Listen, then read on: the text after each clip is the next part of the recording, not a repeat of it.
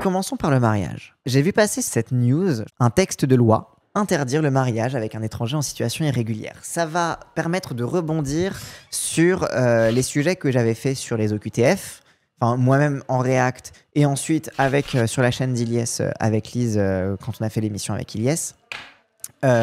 Et j'en avais parlé aussi pour le mariage de Béziers, qui n'était pas non plus la seule ville où il y avait ce genre de trucs. Et du coup, cette loi arrive, donc qui vient comme une espèce de traduction à l'Assemblée nationale de tout ce qu'on a pu développer sur les OQTF, sur l'affaire de Robert Ménard. Pour vous la rappeler un petit peu, c'était donc le couple franco-algérien, donc en fait un couple franco-algérien, femme française, homme algérien. Bien évidemment, généralement ça se passe dans ce sens-là, parce que ça interagit aussi avec toutes les politiques genrées sur les femmes et le contrôle des corps des femmes. Donc malgré de multiples procédures, le couple franco-algérien que le maire d'extrême droite de Béziers, Robert Ménard, avait refusé de marier, en gros, couple franco-algérien, femme française, mari algérien, qui veulent se marier, tout est en règle, ils ont le droit, et Robert Ménard, le maire de Béziers, refuse de les marier. Alors même que parce qu'il dit oui, c'est un mariage blanc, n'importe quoi, ce n'est pas possible, etc. Bon, globalement, un prétexte juste raciste pour empêcher le mariage d'une Française et d'un étranger. Qui plus est, un étranger arabe. Le couple franco-algérien que le maire d'extrême droite, Robert Ménard, avait refusé de marier en 2023 est toujours dans l'impasse. Cet article il date de mars 2025, donc c'est encore assez récent quand même, hein, les gens. C'est une actualité qui continue. Là, en gros, ils sont dans la bataille judiciaire pour savoir à quoi on va en aller. L'administration française devra décider. Suite à une nouvelle audition devant le service de l'état civil de la mairie de Béziers, l'administration française devra décider si le couple est autorisé à se marier en Algérie. Oui, parce que du coup, elle est en mode, bah tant pis, je vais me marier en Algérie, et même là, ils étaient en mode, non, t'as pas le droit. En mode, bon, mais qu'est-ce qu'on fait alors?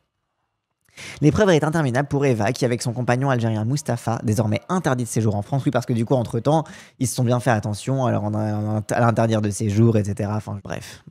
Sont devenus les symboles de la lutte des couples binationaux en but au parcours qui les empêche de se marier. La personnalité politique du maire de Béziers, proche du RN, donc Robert Ménard, a donné à leur histoire une publicité dont il se serait bien passé. En juillet 2023, Robert Ménard refuse de marier Eva, qui habite Béziers, et un jeune Algérien de 22 ans, Mustapha, qui fait ses études de marin-pêcheur en France, où il a obtenu son CAP. Eva et Mustapha s'étaient rencontrés 3 ans auparavant et vivaient ensemble depuis 2 ans.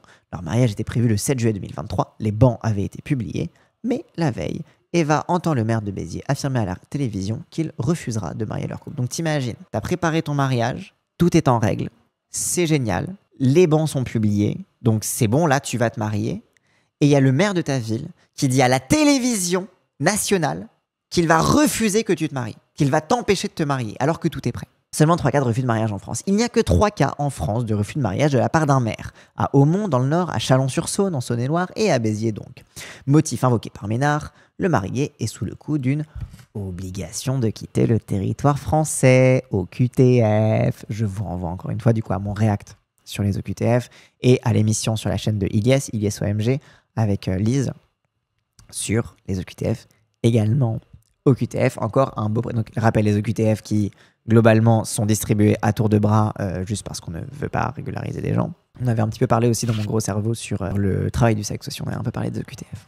C'est juste un prétexte de ne régulariser absolument personne. Et plein de gens qui sont... il y a moins de 5% des gens sous le coup d'une OQTF qui ont été épinglé pour des trucs violents allant de il a un petit peu mal regardé un policier à il a buté quelqu'un, tu vois. Donc en vrai, il y a moins de 1% des personnes sous le coup d'une obligation de quitter le territoire français qui sont dangereux. Le reste, en fait, c'est juste que t'es étranger. Imaginons, je sais pas, tu fais des études. Alors lui, en l'occurrence, voilà, il avait eu son CAP, etc. Tu fais tes études, t'as ton visa d'étudiant, etc. Ensuite, tu finis tes études.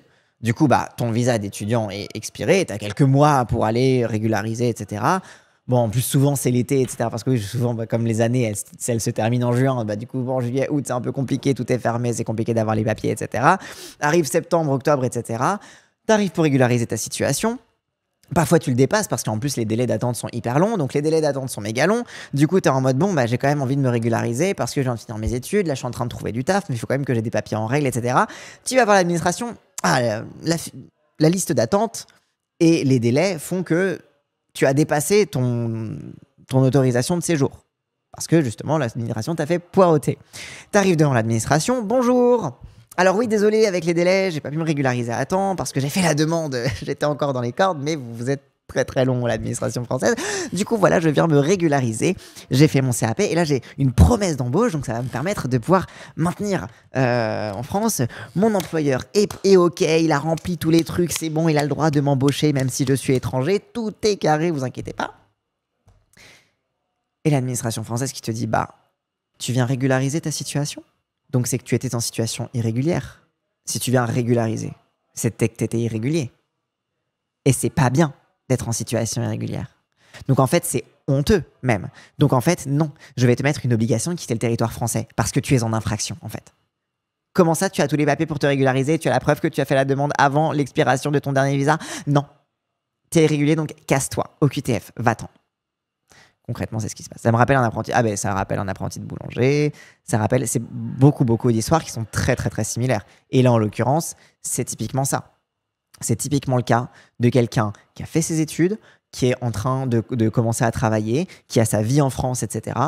Et si l'administration décide que ah ben non, en fait, casse-toi, bah, ils te foutent une OQTF et t'es foutu en fait. Le QTF n'est pas qu'une question de délai de préfecture, c'est aussi les critères d'affectation. Ah oui, il y a aussi ça.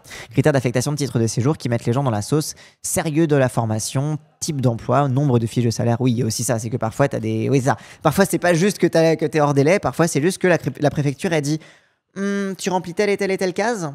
Non, mais sauf qu'en fait, nous, on a telle et telle case qui sont pas les mêmes. Donc, CAP marin-pêcheur CAP marin-pêcheur, ça existe, ça. Non, alors non, en fait, non. Si vous n'êtes pas à minima ingénieur ou docteur, et encore docteur, on n'est pas sûr parce que ça dépend desquelles filières, non, en fait. Bref. Concrètement, c'est ce qui s'était passé, tu vois. Et donc ça, c'est encore une fois l'exemple typique des OQTF qui sont envoyés à tire-larigot, en fait, qui sont juste un prétexte supplémentaire pour pouvoir expulser plus facilement des gens qui devraient pouvoir être régularisés. Nous sommes arrivés à la mairie en habit de mariés avec les témoins et les invités. Je pensais que nous allions être unis par un adjoint. Mais dans le hall de la mairie, nous avons vu des caméras de télévision tourner autour de nous. Monsieur Ménard a fait fermer les portes et activer la sonnette d'alarme.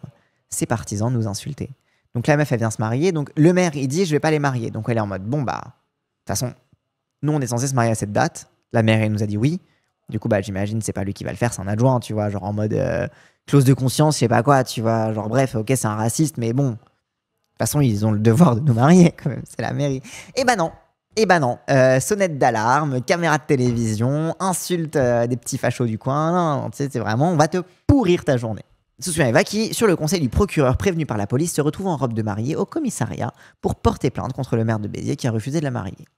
C'est un projet matrimonial qui a été brisé le jour du mariage, alors même que le procureur de la République avait décidé de ne pas surseoir au mariage, explique l'Association nationale d'aide aux couples binationaux, les amoureux au banc public, qui rappelle que selon le code civil, le maire n'a pas à savoir si l'étranger est en situation régulière ou non. Parce que rappelle, le principe d'une situation irrégulière, c'est que c'est pour ça qu'il y a ce qu'on appelle la régularisation. C'est que tu te régularises parce que tu es en situation irrégulière et que ce n'est pas un délit d'être en situation régulière. Mais bon, comme on le sait, le gouvernement français veut rétablir le délit de séjour irrégulier, veut rétablir le fait que c'est un délit si tu es en situation irrégulière. Donc bref, il n'y a plus de régularisation qui compte. Maintenant, c'est juste hop, t'es hors délai, t'as pas les bons critères, t'es quoi, hop, casse-toi. En fait, c'est l'approfondissement finalement de la politique raciste, xénophobe, tout ce que vous voulez en fait de la République française. Mais l'affaire du couple de Béziers ne s'est pas arrêtée à ce mariage raté. L'OQTF a suivi son cours et le 20 juillet 2024, Mustapha a été expulsé sans avoir pu un avocat. Ils ont détruit ma vie du jour au lendemain, témoigne-t-il aujourd'hui depuis Oran, où il travaille comme marin-pêcheur. Eva essaye d'aller le voir en Algérie quelques jours, tous les 2 ou 3 mois, mais Mustapha n'a pas le droit de revenir en France et les 3 enfants d'Eva qu'il avait adoptés ne le voient plus. Et parce qu'entre-temps, ils s'étaient adoptés, gna gna gna et tout, genre ils ont fondé une famille. C'est une famille qui a été explosée par l'affaire Ménard sans aucun scrupule au nom d'un coup politique. Juge Sylvie Pelletier, membre des amoureux au banc public. Et donc, lancé il y a 2 ans, le projet de loi visant à interdire un mariage en France lorsque l'un des futurs époux réside de façon irrégulière sur le territoire est arrivé au Sénat le 20 février, soulevant l'opposition de nombreuses associations et d'élus. Parce que du coup, bien évidemment, tout cela est dans un contexte, parce que pourquoi Ménard met ça en place ? C'est parce qu'il y a un projet politique de la part de l'extrême droite de ne pas mélanger le sang français. Concrètement, c'est ça. C'est un projet de pureté raciale. Alors, c'est plus facile de dire interdire lorsque un des 2 époux réside de façon irrégulière, parce que de toute façon, comme on le sait, le fait d'être en situation irrégulière, c'est très très très rapide de se retrouver en situation irrégulière quand tu es étranger. Donc en fait, c'est le levier le plus simple pour avoir le filet le plus large, pour empêcher au maximum le sang français de se mélanger au sang étranger. C'est une façon de passer par le statut administratif pour mettre en place une politique de pureté raciale et une politique suprémaciste blanche, en fait, concrètement. Donc c'est un texte discriminatoire qui viole la Constitution et qui assure à l'individu et à la famille les conditions. Ce texte discriminatoire viole la Constitution donc la Constitution, assure à l'individu et à la famille les conditions nécessaires à son développement et va à l'encontre du droit au mariage de la Convention européenne des droits de l'homme. Donc c'est un texte qui est anticonstitutionnel, qui est contre les droits de l'homme, enfin, il n'y a rien qui va, quoi. L'Association des villes et territoires accueillants, qui regroupe plusieurs dizaines de villes en France, estime qu'il s'agit d'une mesure xénophobe, tout droit issu de l'agenda politique de l'extrême droite en France, c'est vrai, qui instrumentalise les personnes étrangères comme responsables de tous nos maux. Pour les amoureux au banc public, l'appareil juridique est suffisamment étoffé pour permettre un contrôle de l'intention matrimoniale des mariages franco-étrangers via la saisine du procureur de la République par l'office. En gros, les amoureux au banc public, là, c'est l'association, ils sont en mode non, mais en fait, si tu veux contrôler, tu peux en fait. Genre, il y a énormément de contrôle quand tu te maries avec un étranger pour voir si c'est pas un mariage blanc. Genre, t'as un truc où tu peux vérifier à chaque fois, etc. Il y a des critères de vérification et tout. Genre, ça existe déjà. Si tu veux foutre des bâtons dans les roues aux gens, si tu veux vérifier la probité de ce mariage, tu peux le faire. Sauf qu'en fait, oui, c'est pas une question de vérifier la probité du mariage.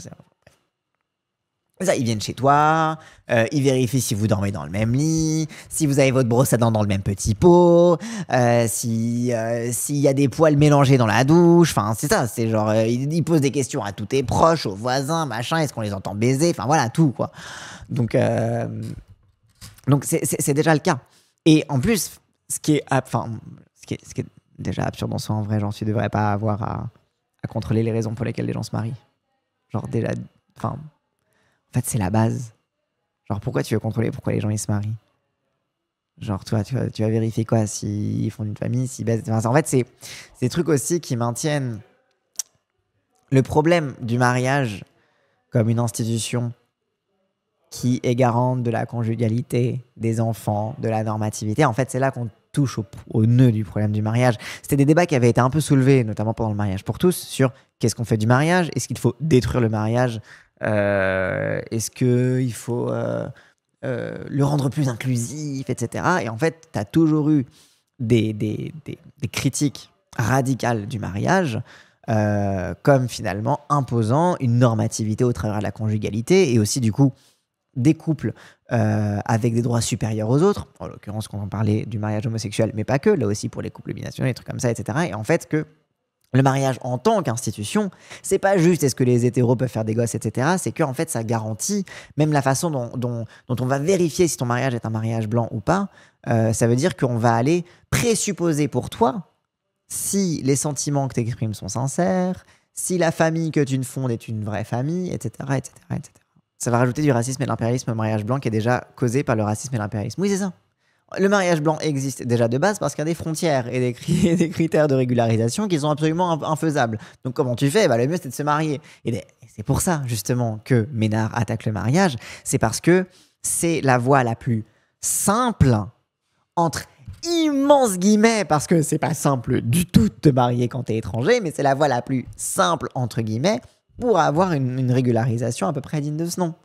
Parce que si tu veux passer par le reste des voies, par le travail, des trucs comme ça, mais alors bonne chance. Et donc en fait, c'est pour ça qu'il s'attaque au mariage. C'est parce que c'est un... Mais aussi du coup, pourquoi?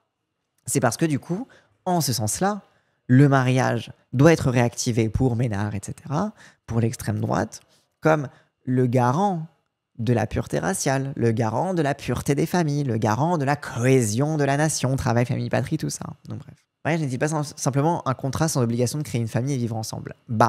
Pour deux personnes nées en France, en situation régulière, avec leur papier français depuis leur naissance, bien blanc, bien hétérosexuel, oui.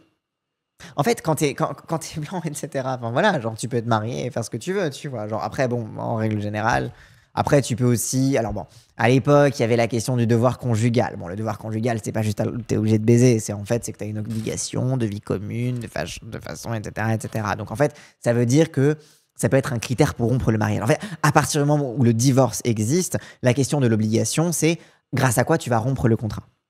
Il y a aussi des trucs fiscaux, etc. Oui.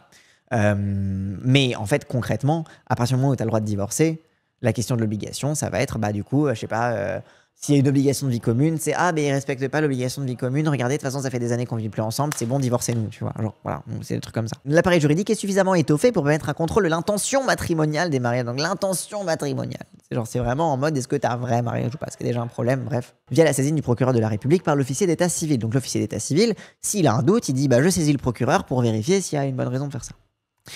Vous pouvez faire toutes les lois d'interdiction que vous voulez. La seule chose que vous ne pourrez jamais enfermer, c'est la liberté de penser, la liberté d'aimer. Et vous ne restreindrez pas ça avec un tampon administratif, a déclaré au Sénat l'élu PCF Fabien Gay, mettant en garde contre le danger de renforcer l'extrême droite si le projet de loi était voté. Non mais c'est mignon de dire ça, je sais, ok d'accord, et en plus Fabien Gay c'est pas le plus dégueu des PCF, même si quand même, bon bref. En plus c'est le patron de l'humanité, je crois, Fabien Gay maintenant, je sais plus. Mais genre... Le problème, c'est pas la liberté d'aimer, en fait. C'est pas la liberté d'aimer, le problème. Le problème, c'est que les gens, ils sont libres d'aimer, hein. La question, c'est est-ce qu'ils sont libres d'être français? Le problème, c'est pas s'ils peuvent s'aimer ou pas. Le problème, c'est est-ce qu'ils peuvent avoir des papiers français? C'est ça le problème. Le problème, c'est une question d'immigration. Sauf que le PCF, on va pas commencer à vous demander votre avis sur l'immigration et sur la régularisation. Ça fait penser au mariage pour tous. Non, mais love is love. Non, c'est une question de protection, en fait, des personnes. C'est une protection de droit. Bref, ça m'énerve. Bon, du coup, du nouveau sur ce texte. Parce que du coup, il y a une actualité donc, de ce fameux texte dont on vient de dire. Donc là l'article de l'UMA, il date de mars, je crois, il y a quelques mois, qui reparlait de ça. Parce que bon, on est encore dans la bataille judiciaire, etc. L'envie d'avoir envie. Il a dit oui de fou. Et donc, à l'Assemblée nationale, les députés approuvent en commission. Du coup, donc le Sénat, la proposition de loi est passée. Du coup, c'est passé à l'Assemblée. La proposition de loi a été introduite par le Sénat. Ensuite, navette parlementaire, elle a été examinée à l'Assemblée nationale. Et donc, notamment en commission. Donc, en commission, c'est quand ils sont dans les petites salles. Hein. C'est avant que ça passe dans l'hémicycle. Donc, le texte doit être examiné dans l'hémicycle le 26 juin, mais est fortement critiqué par la gauche. Tu m'étonnes. Les députés ont voté lundi 16 juin, le jour de mon anniversaire en plus. C'est vraiment bâtard. Voté lundi 16 juin en commission pour interdire les mariages avec un étranger en situation irrégulière en France, une proposition de loi sénatoriale mise à l'agenda par le groupe Ciotiste, Union des droites pour la République, UDR. En ouverture des débats, le député UDR Éric Michou a défendu une proposition de loi pour protéger les maires qui deviendraient des complices involontaires d'un tel détournement de la loi en prononçant ces unions. Donc vous voyez le retournement de trucs. C'est pas en mode faire une loi pour empêcher ces sales étrangers de prendre nos françaises, etc. Non, c'est vraiment... protéger les maires qui se battent contre le détournement de la loi sur le mariage pour les protéger. Aider les maires. Protéger les maires. Aidez-les à protéger le mariage. En gros, ils ont fait une proposition de loi pour innocenter, pour permettre à Robert Ménard de faire ce qu'il veut.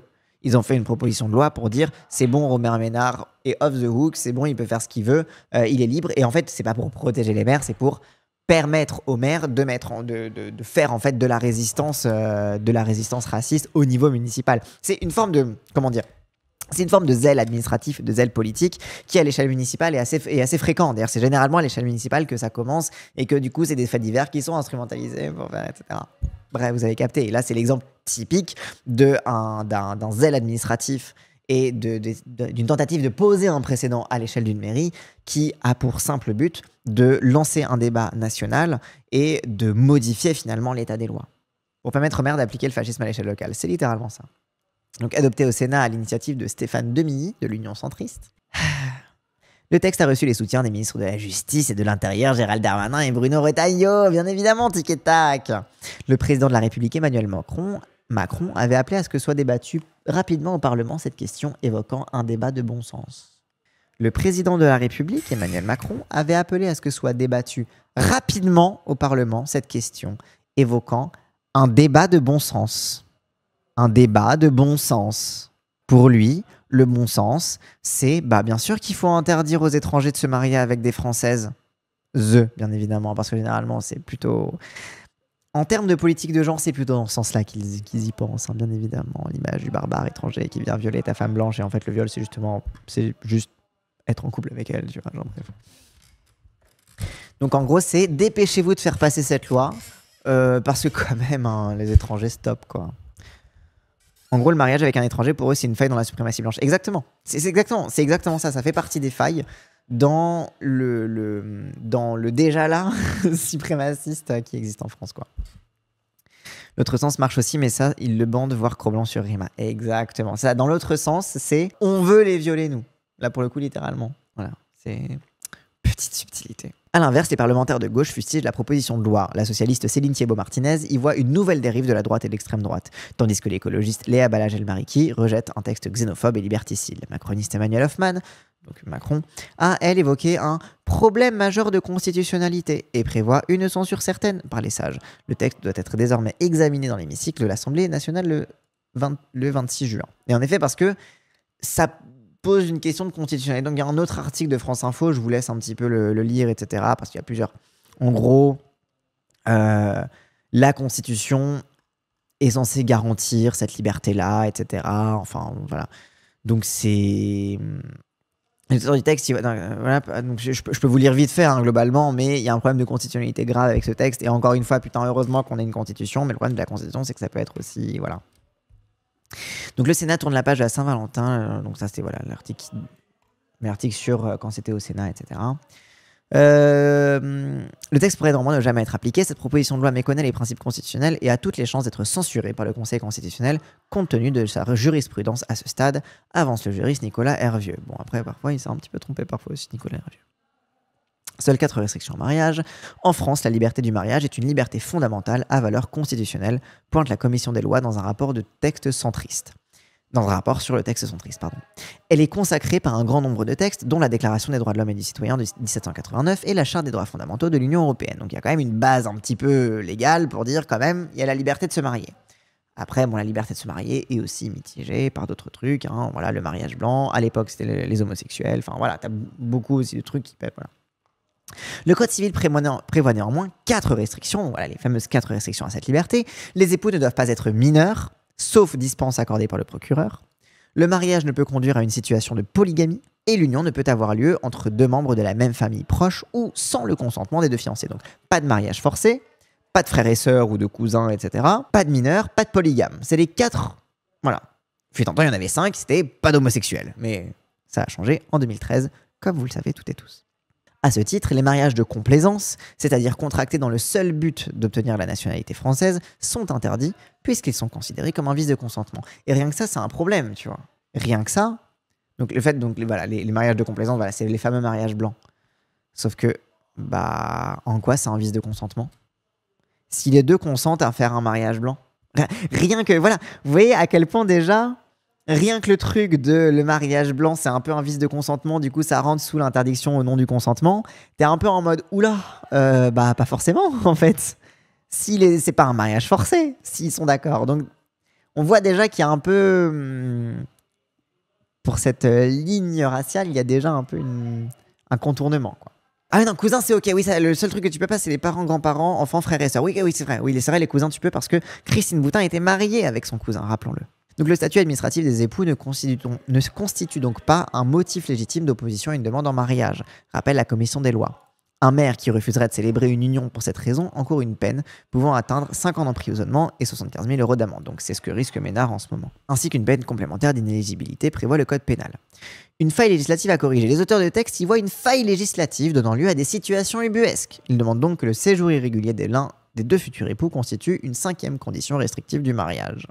Je comprends pas, ils veulent plus protéger les pauvres LGBT arabes maltraités par leur famille qui veulent faire des mariages blancs et ne pas se outer. Oh bah alors, oh bah alors. Mais en vrai, au Rocher, c'est un cas de figure qui reste... l'adoption du mariage pour tous n'empêche pas en effet ce cas de figure. Hein. T'as encore des situations où des homosexuels peuvent avoir besoin d'un mariage hétéro pour simplement survivre, quoi, bien sûr. Sur les mariages gris qui posent problème quand l'un est amoureux et l'autre cherche à en profiter. Oui, mais les mariages blancs aussi, ils posent problème.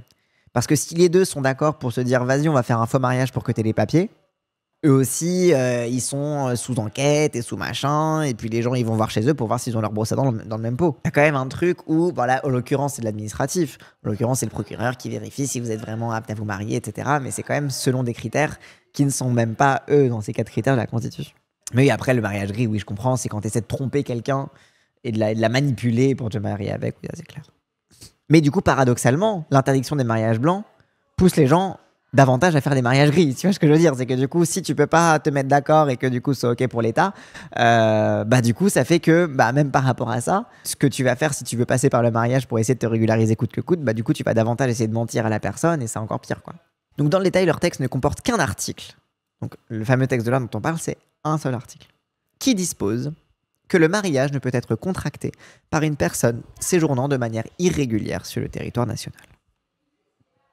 Ce nouveau critère revêt donc un double objectif: renforcer la prévention des mariages de complaisance et mieux protéger les mères qui refusent de célébrer des mariages dont l'un des deux fiancés est en situation irrégulière. Oh là là, comme par hasard, en ce moment, Ménard, il fait ça. Donc voilà, donc ça, on en a déjà parlé, etc. Mais encore une fois, genre, cette loi aurait un effet supplémentaire, c'est d'augmenter le nombre des OQTF. Dans le doute, t'es sûr que personne peut se marier, personne peut se régulariser, quoi. En cas d'adoption de la loi, il reviendra à l'officier d'état civil qui prépare le mariage de contrôler la situation administrative du couple. Néanmoins, seul le procureur de la République pourra être amené à se prononcer sur la validité du titre de séjour des futurs époux et éventuellement refuser la célébration du mariage, note la commission des lois. Donc la commission des lois, elle dit quand même que bon, ça permet de protéger les trucs, mais c'est quand même le procureur qui décide in fine, quoi. Le code civil prévoit qu'il dispose de 15 jours pour procéder au mariage ou de s'y opposer, etc. Il peut également surseoir à sa décision le temps d'une enquête, le sursis étant alors limité à 1 mois, renouvelable une fois. Blablabla, bon alors c'est le reste du truc. Risque d'inconstitutionnalité, le Conseil ayant déjà protégé le droit au mariage des personnes en situation régulière, en 2003, le Conseil constitutionnel a estimé que si le caractère régulier du séjour d'un étranger pouvait constituer dans certaines circonstances rapproché d'autres éléments un indice sérieux laissant présumer un mariage de complaisance, donc là en l'occurrence c'est le truc qui permet que quand t'as quelqu'un qui est étranger, on va envoyer des gens enquêter sur toi, c'est que éventuellement ça peut montrer que c'est un mariage de complaisance, éventuellement, haha, et du coup c'est... Voilà, donc là on est en mode oui, peut-être éventuellement quand il y a un étranger c'est un peu red flag, mais pas systématiquement. Donc le seul indice du caractère régulier n'est pas suffisant. À ce titre, les sages ont censuré une partie de l'article 76 de la loi sur l'immigration de 2003, dite loi Sarkozy, qui prévoyait que les procureurs de la République puissent interdire un mariage si l'un des fiancés n'était pas en mesure de justifier son droit de séjour en France. Donc il y avait déjà Sarkozy en 2003 qui avait essayé de faire ça, donc ça vient pas de nulle part non plus, c'est une lutte de longue date. De la droite, puisque encore une fois c'est vraiment le nœud finalement du suprémacisme sexuel, racial, etc. Ça reste le mariage, ça reste qui a le droit de faire famille, qui a le droit de citer en tant que famille, c'est-à-dire en tant que cellule du corps national, etc. Si la proposition de loi était adoptée en l'état par les deux chambres, le Conseil constitutionnel serait-il nécessairement amené à réitérer sa position? Donc, est-ce que si jamais la nouvelle loi qui passe là pour protéger Ménard, elle passe à l'Assemblée, est-ce que le Conseil constitutionnel va dire pareil? Est-ce qu'il va redire, bah non, désolé, on a déjà une jurisprudence, donc on en reste au statu quo, votre loi ne passe pas? Est-ce que ce serait ça? Donc la jurisprudence sur ce sujet est très claire, rappelle le juriste Nicolas Hervieux. Sauf révision constitutionnelle, l'institution a vocation à déclarer contraire à la Constitution tout texte qui, par principe, interdit le mariage à une personne en raison de sa situation administrative. Néanmoins, un revirement de jurisprudence est toujours possible, reconnaît ce dernier. Bah oui. À partir du moment où c'est une question de jurisprudence, ils peuvent très bien se dire que, ah ben en fait, en 2003, la Constitution avait été mal interprétée, ou alors elle avait été correctement interprétée, mais la situation n'était pas la même. Du coup, cette fois-ci, on peut dire que, ça passe. Donc bon, on sait jamais globalement avec le Conseil constitutionnel. Bien conscient de cet écueil, les élus de la commission des lois du Sénat n'ont d'ailleurs pas adopté le texte avant qu'il ne rejoigne l'hémicycle. À moins d'une évaluation jurisprudentielle que rien ne permet d'envisager à ce stade, la commission souligne que seule une révision de la Constitution permettrait d'aller dans le sens souhaité par l'auteur de la proposition de loi, écrivent ses membres. Donc c'est pas passé en commission, mais c'est passé en hémicycle. Okay. Donc voilà où on en est. Je voulais vraiment vous souligner ça et un petit peu passer par cette information, déjà pour rappeler l'affaire du mariage de Béziers, et aussi de la replacer dans son actualité, et de montrer que les initiatives qu'on voit parfois, des maires qui se retrouvent dans des sauces judiciaires parce qu'ils veulent mettre en place un truc politique qui est pas très très légal, particulièrement des maires d'extrême droite qui, comme Robert Ménard, veulent faire du zèle pour en fait imposer un précédent raciste, homophobe, misogyne, enfin tous les trucs en fait finalement qui sont pas dans les clous de la loi, quoi, qui visent en fait à mettre en place un agenda d'extrême droite, à renforcer le suprémacisme blanc, etc. en France. Très souvent, c'est en tandem avec une traduction légale, et là en l'occurrence c'est ça la traduction légale qu'ils veulent mettre en place. Encore une fois, on ne sait pas, peut-être le Conseil constitutionnel va dire ça passe pas, mais en attendant il y a des signaux faibles qui sont assez importants.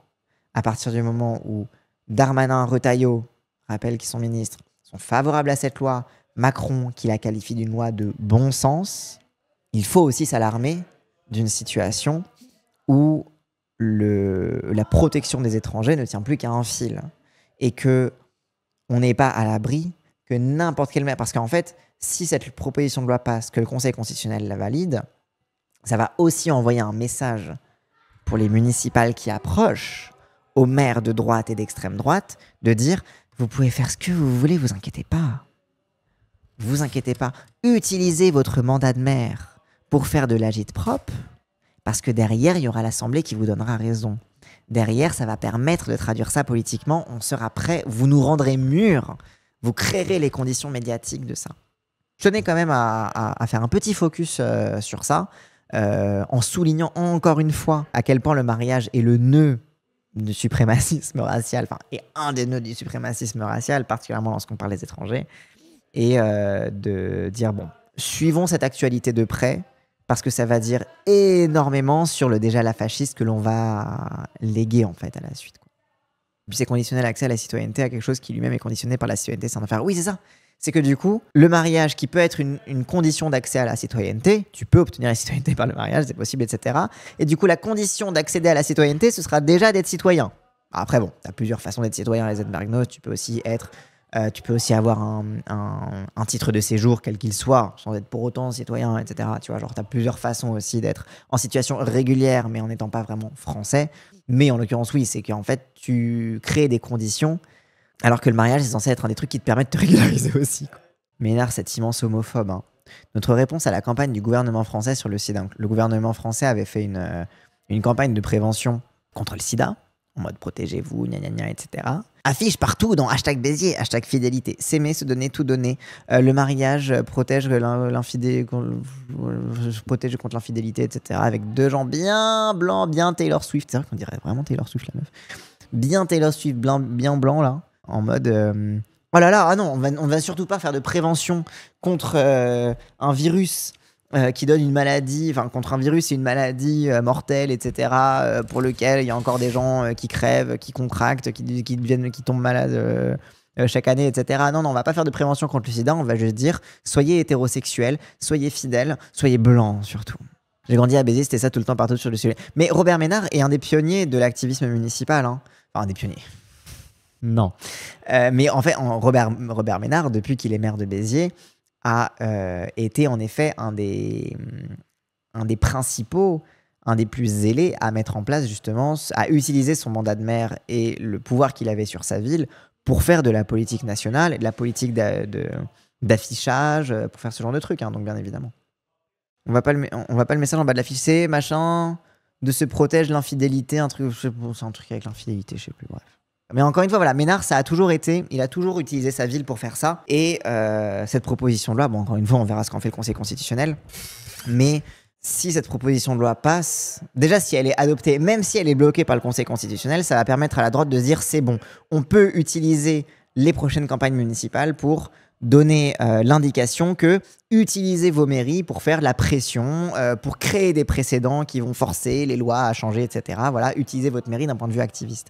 Ce qui peut se faire aussi à gauche d'ailleurs, hein, by the way. C'est pas parce que l'extrême droite le fait pour mettre en place des trucs racistes que nous on peut pas le faire. C'était l'exemple typiquement sur le mariage pour tous. C'était le mariage de Bègle. Le fameux mariage qui avait été fait par Noël Mamère à Bègle, où c'était en mode on va faire un mariage homosexuel pour justement militer pour le droit à se marier, etc. Je crois à l'époque, ils voulaient un petit peu aussi explorer une faille du droit, je sais plus exactement laquelle, mais c'était un peu le même principe d'utiliser son mandat municipal pour faire voilà. L'extrême droite n'est pas les seuls à pouvoir faire ça. Voilà. Petit rappel pour les municipales à venir. Mais en tout cas, pour l'instant, c'est une technique qui réussit de plus en plus à la droite, quoi. On est en 42, mais il n'y a même pas eu besoin d'occupation aimée pour que le fascisme s'applique. Bah alors tu rigoles, Kaganovitch, mais la petite comparaison avec les nazis, vive la sororité, ça changera tout. Bah ouais, de fou. Après, je pense que si on met sororité, les gens la mettront encore moins. Les gens sont misogynes. Adelphité, non mais... Ouais, Adelphité, c'est bien, sororité... En fait, après, ce qui est bien, c'est aussi que tu peux mettre ce que tu veux en termes de fraternité, l'idée du vivre ensemble peut être déclinée sur plein de termes, donc c'est ça qui est bien, mais oui. Ouais, solidarité, ouais. Après, solidarité, ça fait un peu plus froid. Bref. Je voulais vous parler d'un truc, le podcast dont je vous parle tout le temps, là, In Bed with the Right, leur série d'épisodes où chaque mois, ils font un truc, en gros, donc In Bed with the Right, donc c'est un podcast en anglais sur les politiques sexuelles de l'extrême droite, sur, voilà, enfin, qui parle de la droite du point de vue du genre, de la sexualité, etc., notamment aux États-Unis. Et donc tous les mois, ils font un épisode. Donc ils ont, une série qui s'appelle Projet 1933, où chaque mois, ils font un podcast sur, genre, je sais pas, genre en mars, c'était le mois de mars 1933. Qu'est-ce qui s'est passé? En gros, on vous raconte la montée des nazis au pouvoir, mois par mois, etc., etc. Et notamment, dans ce podcast, je crois que c'est dans l'épisode du mois de mai, ils ont parlé notamment de la façon dont un des premiers trucs en fait qu'ont fait les nazis, ça a été de prendre le contrôle des mairies en dégageant certains maires. Notamment, donc ils prenaient l'exemple d'une ville dont un maire s'était fait tabasser par des jeunesses hitlériennes. Et en gros, en fait, t'as tes... Non, pas les jeunesses hitlériennes. S'était fait tabasser par les SA. Par les SA, et en fait les SA venaient jouer les barbouzes, tabasser les maires, les intimider, oui c'est ça par la SA, tabasser les maires, les intimider, etc. Pour pouvoir mieux finalement prendre soit faire pression sur des arrêtés, des décisions prises, etc. Soit en fait préparer leur départ et leur remplacement par quelqu'un qui soit fidèle à la SA. Et donc en fait cette façon de faire pression sur les municipalités et prendre le contrôle des municipats au travers aussi parfois de pression physique, etc. était une technique pour les nazis quand ils ont pris le pouvoir.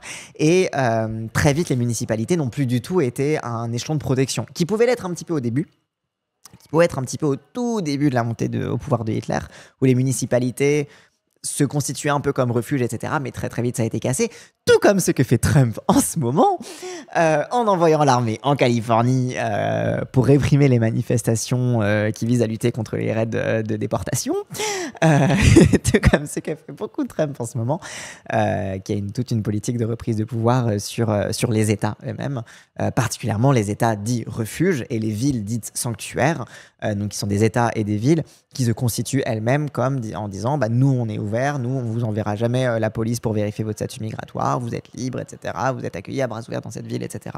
C'était le cas de Chicago. Donc Chicago, c'est une ville refuge. C'est le cas de la Californie, Los Angeles. Je sais pas si Los Angeles... Non, c'est San Francisco qui est une ville refuge, il me semble. Enfin bref. Donc c'est la strate de Trump d'aller mater justement cette possibilité de résistance locale. Bref, pardon, je voulais pas finir sur le point nazisme, mais si, en fait, c'est pas mal de finir sur un point. Rappelons, on a commencé par Robert Ménard, on a fini sur un point nazisme. C'est une...